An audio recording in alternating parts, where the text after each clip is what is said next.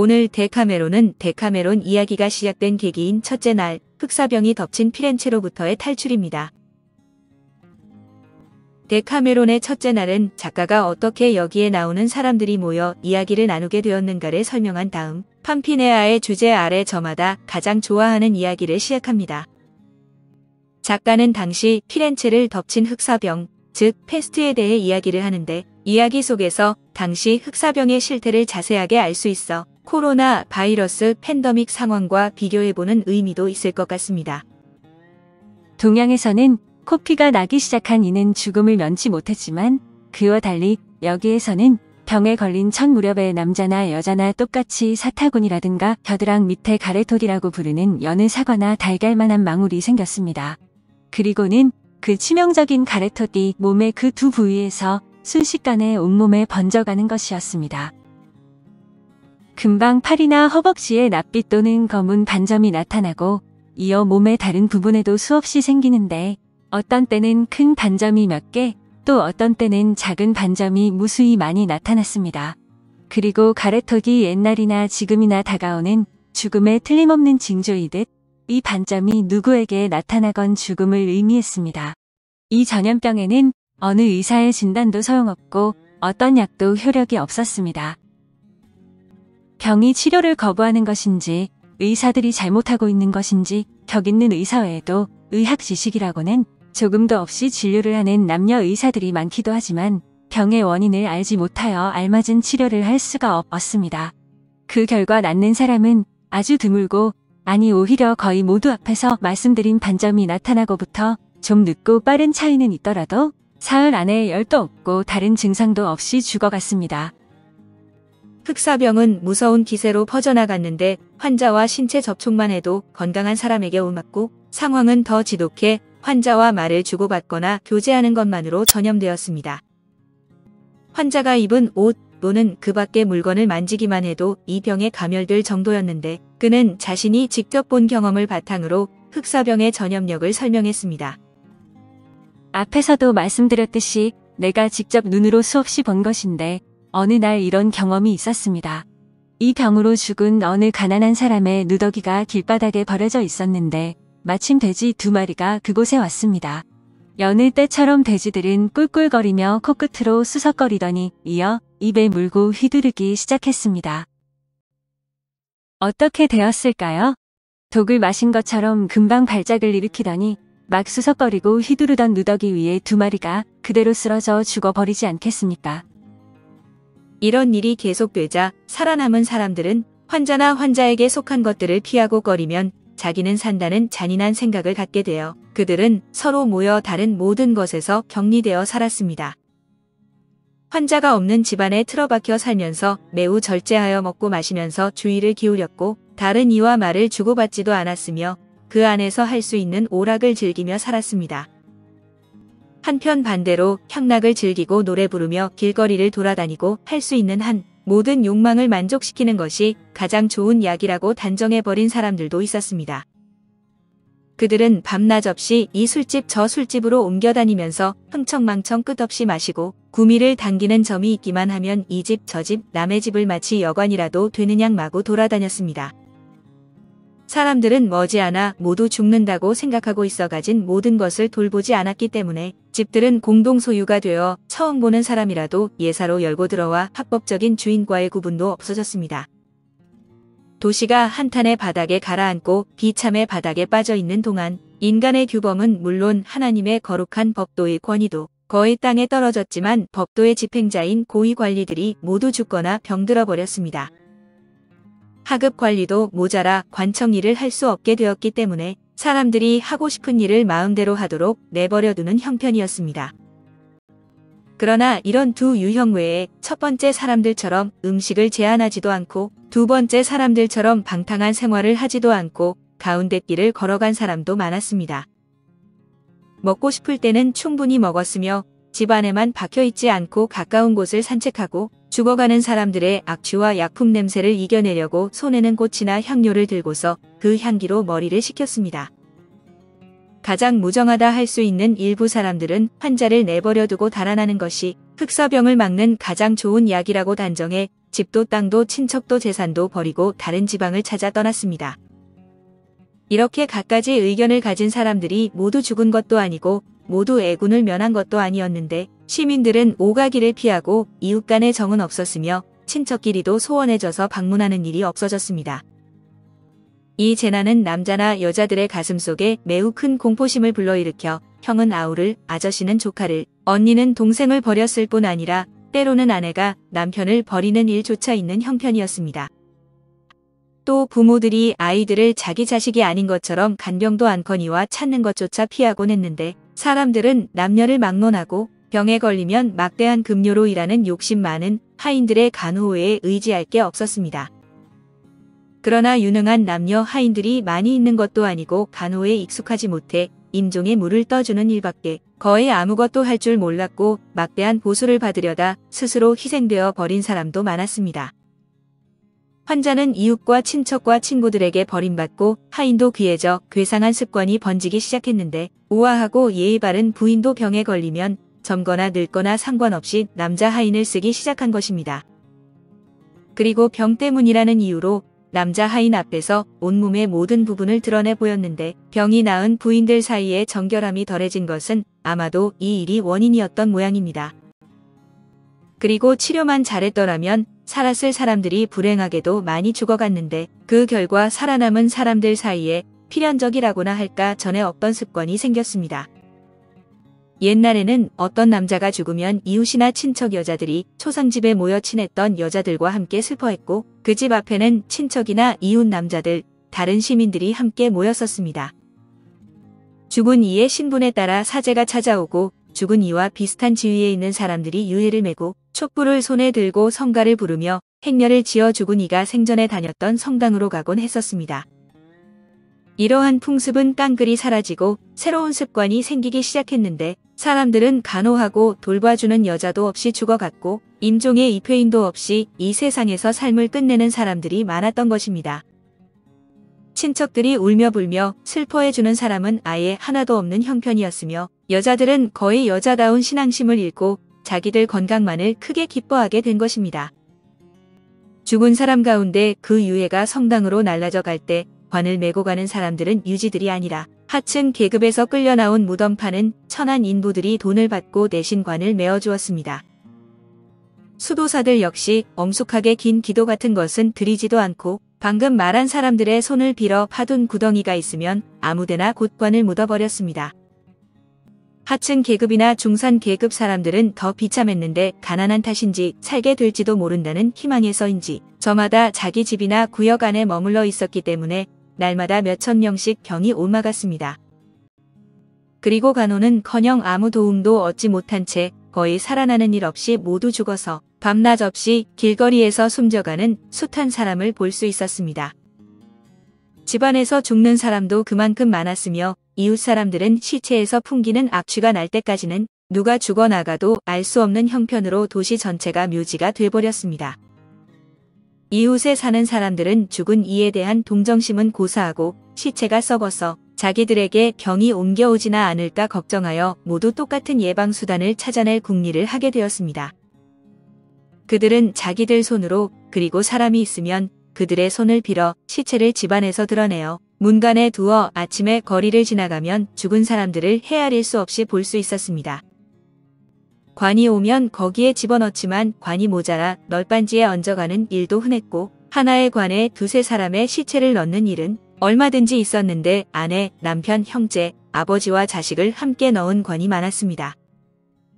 또 이런 광경도 흔히 볼 수 있었는데 두 사제가 십자가를 들고 걸어가면서 한 사람을 위해서 마지막 의식을 집전하면 인부가 나르는 관 서너 개가 그 뒤를 따랐습니다. 그래서 수도사가 시체 하나를 묻으려고 간 곳에 6명, 8명을 한꺼번에 묻게 되는 일이 흔했는데 이런 장례식은 사냥 한 마리 죽은 것만큼도 돌보지 않게 되었습니다. 어느 성당이고 날마다 끊임없이 시체가 산더미처럼 날라들어와 묻을 묘지가 없어지자 성당마다 묘지에 커다란 웅덩이가 파지고 그 속에 몇 번씩 시체가 잇따라 던져졌습니다. 그런 구덩이 속에는 배에 짐을 싣듯이 몇 층으로 시체를 포개 놓았으며 구덩이는 금방 가득 차서 밖으로 넘쳤습니다. 변두리 시골에서도 이와 비슷한 일이 일어났는데 외진 마을이나 밭이나 집안에서 농부와 그 가족들이 의사는 물론 하인의 간호도 받지 못한 채 짐승처럼 내버려져 밤낮 없이 죽어갔습니다. 그들도 도시 사람과 마찬가지로 일과를 아무것도 하지 않게 되었는데 가축도 토지도 지난날의 노고가 가져다준 성과도 전혀 돌보지 않아 가축은 물론 개까지 쫓겨나 헤매고 다니는 형편이었습니다. 성당에 모인 7명의 여자들이 이렇게 여러 가지 상황이며 사건들을 서로 이야기하고 있다가 잠시 말이 끊어졌을 때 팜피네아가 말했습니다. 여러분, 나와 마찬가지로 여러분도 자주 들으셨겠지만 자기의 정당한 권리를 행사한다는 것은 누구를 모욕하는 일이 아님을 알고 계시겠지요. 이 세상에 태어난 자가 저마다 할 수 있는 데까지 자기의 생명을 살리고 유지하고 지키는 것은 당연한 권리거든요. 그러므로 때로는 자기 생명을 지키기 위해 남을 죽여도 죄가 되지 않았던 일가 있었을 정도랍니다.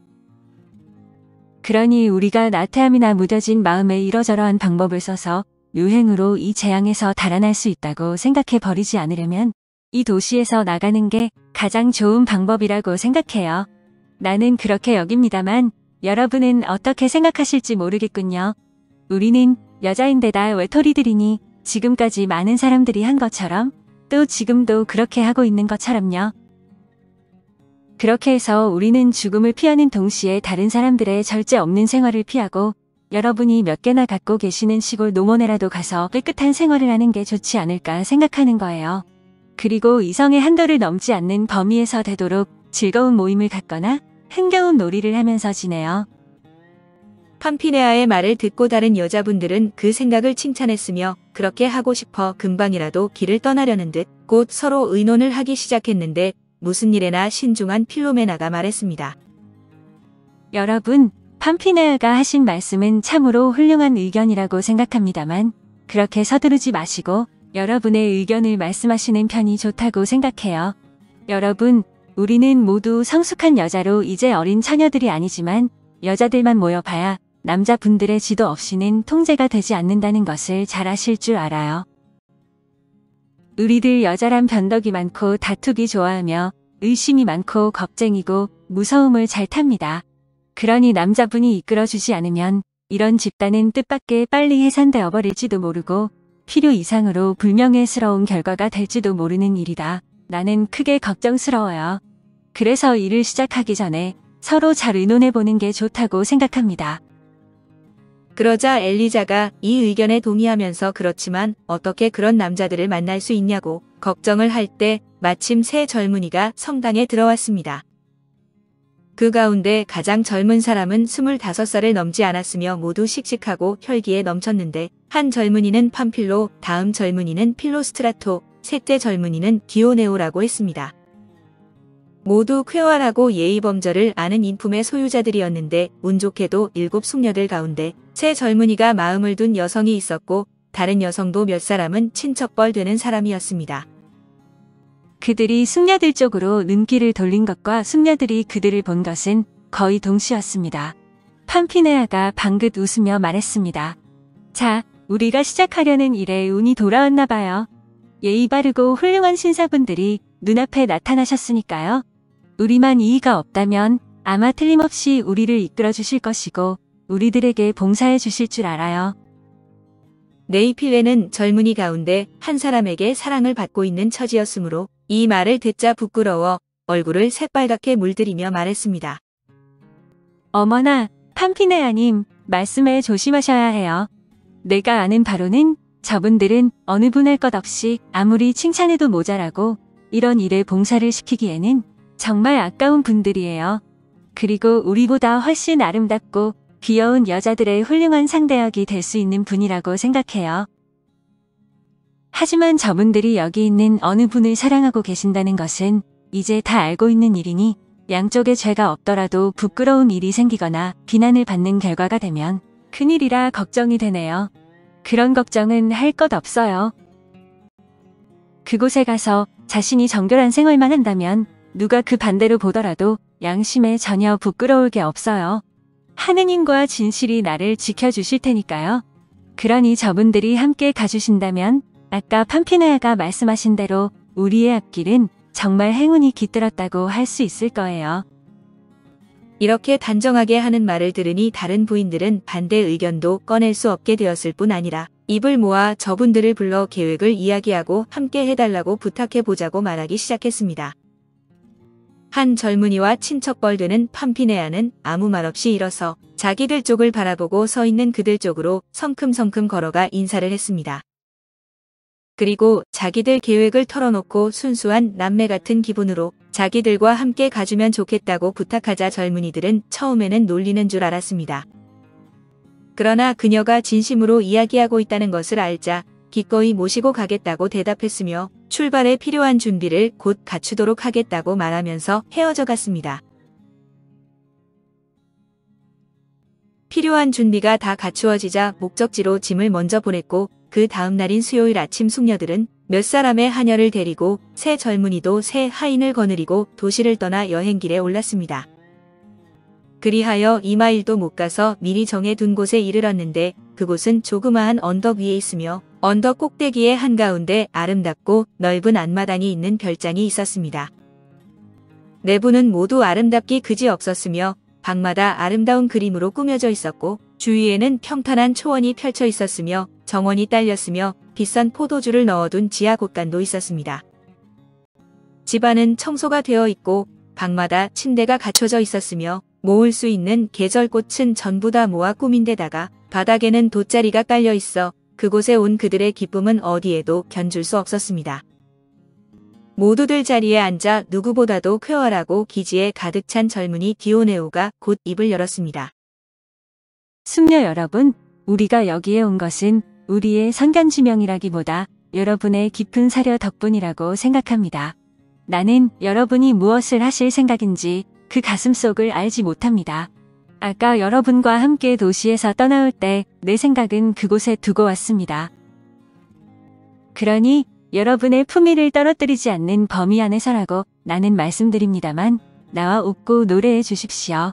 그렇게 하시지 않으면 나는 여기를 떠나 내 마음대로 그 괴롭던 시내로 다시 돌아가 버리겠습니다. 이 말을 듣자 마찬가지로 팜피네아도 낡은 자기 생각을 모두 털어버린 듯 명랑한 표정으로 대답했습니다. 디오네오, 잘 말씀하셨어요. 여기서 모두 의족해 즐거이 지내도록 해요. 우리가 시내에서 달아나온 것도 슬픔으로부터 달아난다는 이유 말고는 아무것도 없으니까요. 하지만 일에는 절도가 없으면 오래 계속되지 않는 법이에요. 이런 훌륭한 모임의 실마리를 마련한 나로서는 우리의 즐거움이 오래 계속될 수 있도록 우리들 가운데에서 한 분을 골라 주재자가 되어 주시도록 부탁하고 우리는 그분을 최고 지도자로 존경하며 그분이 짜낸 지혜로 우리의 시간을 즐겁게 보내는 것이 좋겠다고 생각해요. 그리고 또 내가 말씀드리고 싶은 것은 주재자쯤 되면 우월감의 기쁨과 더불어 여러 가지 신경을 써야 하는 무거운 짐을 느끼게 되고 또 선출되었다고 해서 모두들 부러워하지는 않을까 하는 마음을 공연히 느낄 필요가 없도록 하기 위해 하루씩만 그 명예와 무거운 짐을 지게 하면 어떨까 생각해요. 그러나 맨 먼저 될 분은 우리들이 선출하지 않으면 안 됩니다. 그 다음 분은 저녁 때 그날의 주재권을 가졌던 남성이나 여성이 좋은 분을 지명하면 되지요. 지명된 분은 주재권이 계속되는 동안 자기 판단에 따라 우리가 모두 함께 즐겁게 보낼 수 있는 장소와 방법을 정하시고 명령하면 되는 거예요. 사람들은 이 말이 매우 마음에 들어서 곧 그녀를 첫날의 여왕으로 선출했는데 필로메나는 한 그루의 월계수가 서 있는 곳으로 달려가 그 가지로 아름다운 명예의 꽃을 만들었습니다. 이렇게 해서 머리에 씌워진 꽃과는 이 모임이 계속되는 동안 최고 주재자의 표지로서 그 사람의 머리에 씌워져 있게 되었습니다.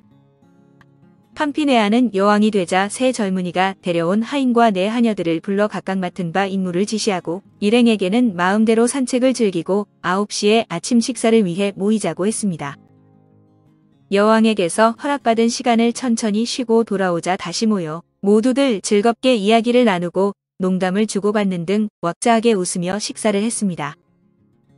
식사가 끝나자 여왕은 악기를 가져오게 해서 아름다운 무곡을 연주하기 시작했고 다른 여성들과 두 젊은이와 함께 원을 만들어 춤을 추었습니다. 오랜 시간 춤추고 노래하다가 여왕은 낮잠을 잘 시간이 되었다고 생각하고 모두를 흩어지게 했고, 오후 3시가 되자 여왕은 일어나 낮잠을 너무 자는 것은 좋지 않다 여겨 사람들을 깨웠습니다. 여기에는 보시다시피 주사위도 체스판도 있으니 즐겁게 노실 수 있지만 내기를 하면 진 사람은 기분까지도 불쾌해지니 돌아가면서 이야기를 하면서 보내자고 제안을 했습니다. 그러자 숙녀들도 젊은이들도 이야기를 하는데 찬성했고 여왕은 자기 오른쪽에 앉아있는 팜필로에게 먼저 이야기를 하나 시작해달라고 부탁했습니다. 데카메론 첫째 날 팜필로의 이야기, 거짓 보헤로 성 차펠레토로 추앙받는 체파렐로 이야기로 이어집니다.